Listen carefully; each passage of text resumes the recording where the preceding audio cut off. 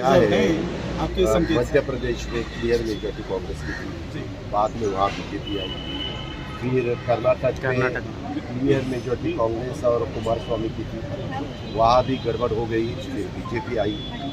यहाँ भी उद्धव ठाकरे की सरकार चालू थी, सब महाविकास आघाड़ी के उनके साथ थे, लेकिन महाविकास आघाड़ी का कुछ ग्रुप एकनाथ शिंदे के नेतृत्व में उन्होंने बाहर निकाला और वो गवर्नमेंट उनके महाराष्ट्र में लाई।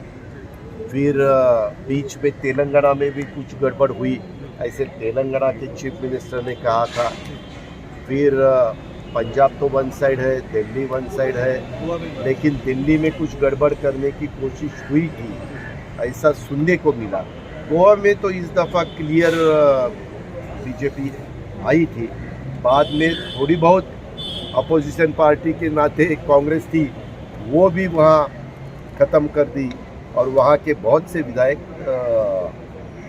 बीजेपी में गए और वहाँ थम्पिंग मेजॉरिटी बीजेपी को मिली।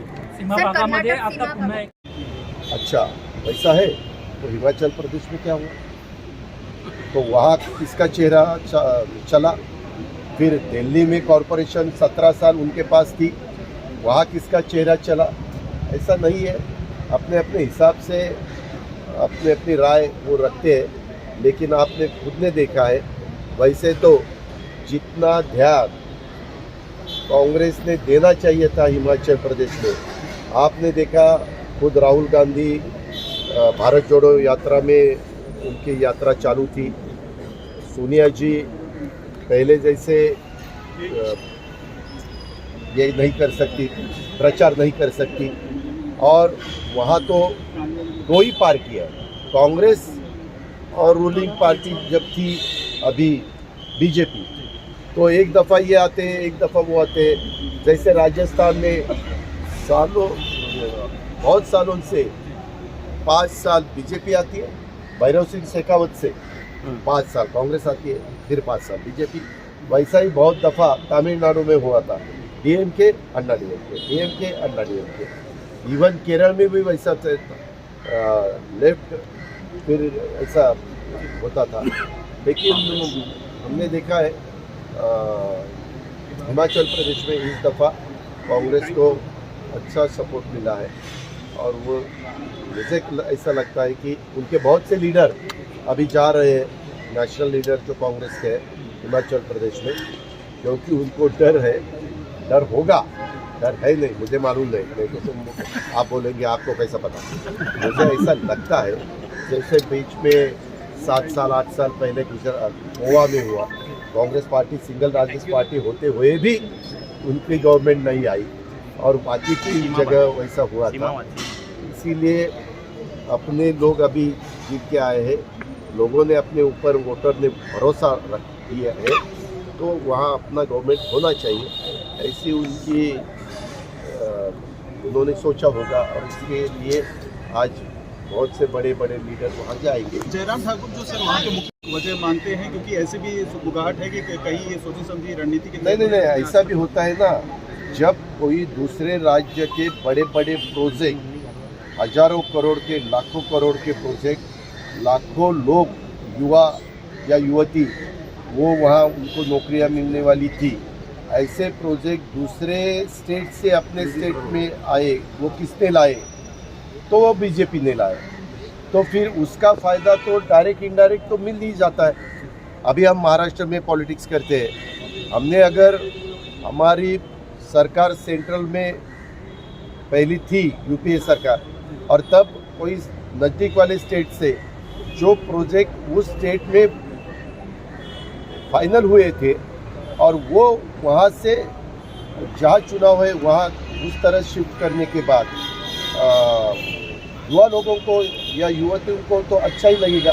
बेरोजगार अभी पूरे देश में है, अपने महाराष्ट्र में है, महंगाई भी है, तो लोगों को ऐसा लगता है कि देखो इन्होंने अपने लिए ये प्रोजेक्ट लाया है, अपने को नौकरी मिलेगी, ऐसा लोगों को वोटर को लगता है। बीजेपी का कहना है कि मोदी मैच बाद अपने को पता चलेगा कि ये दो वोट एक करने के बाद भी, यानी 2 यानी कौन से, कांग्रेस के और आपके, ये एक करने के बाद भी बीजेपी ज़्यादा है तो बीजेपी की विक्ट्री वन साइड है, ऐसा मानने को पूरा अधिकार रहता है। सर सीमा बाधा लेकिन अभी तक उसके बारे में पूरा परिणाम ये हमारे सामने आया नहीं, इसलिए उसमें ज़्यादा मैं मेरी राय दे नहीं सकता। हाल के प्रोजेक्ट जो सर अभी गुजरात सीट वो विक्ट्री पाए हैं, इस पूरे परिणाम को किस तरीके से देखते हैं और हिमाचल में बीजेपी की सरकार चली गई? मेरा ये कहना है कि जब गुजरात में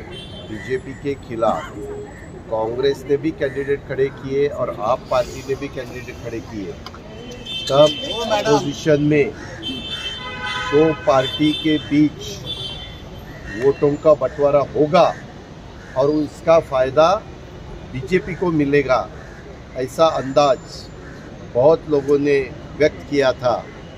इवन मीडिया के लोगों ने भी ऐसा कहा था। और जो त्यांचे पगार आता कर्नाटक बँकेत सहभागी मी आत्ताच ती बातमी वाचली, म्हणजे तो GR वाचला। वास्तविक मीच अर्थमंत्री असताना काही बँकांच्या बद्दल काही ऐकायला मिळालं आणि मग तिथं जर त्या बँका अडचणीत आल्या तर सरकारच्या कर्मचाऱ्यांचा किंवा सगळा तो पैसा अडचणीत येईल, म्हणून त्यावेळेस कॅबिनेटने निर्णय घेतला उद्धव ठाकरे साहेबांच्या नेतृत्वाखालच्या की कुठल्या बँकेमध्ये जे राष्ट्रीयकृत बँकांना तर नंबर 1चं स्थान, परंतु कुठल्या बँकेमध्ये साधारण हे व्यवहार केले जावेत। आणि असं असताना आज मात्र 3 बँकांच्या बद्दलचा उल्लेख झाला आणि त्यात कर्नाटक बँक आहे।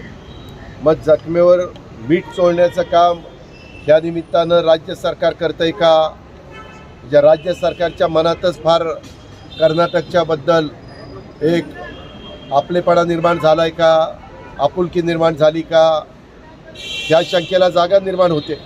वास्तविक सीमावादाच्या निमित्तानं उभ्या महाराष्ट्रामध्ये बॉर्डरवरच्या अनेक गावांच्या मध्ये कोण म्हणतं आम्हाला तेलंगणामध्ये टाका, कोण म्हणतं आम्हाला गुजरातमध्ये टाका, कोण म्हणतं आम्हाला कर्नाटकामध्ये टाका, कोण आता आम्हाला कळलं की बुलढाण्यामध्ये पण काही गावातले काही बॉर्डरवरची गावं म्हणले आम्हाला मध्य प्रदेशमध्ये टाका। अशा प्रकारचं चित्र महाराष्ट्राच्या निर्मितीच्या नंतर कर्नाटक महाराष्ट्र सीमावाद सोडला तर कधीच नव्हतं।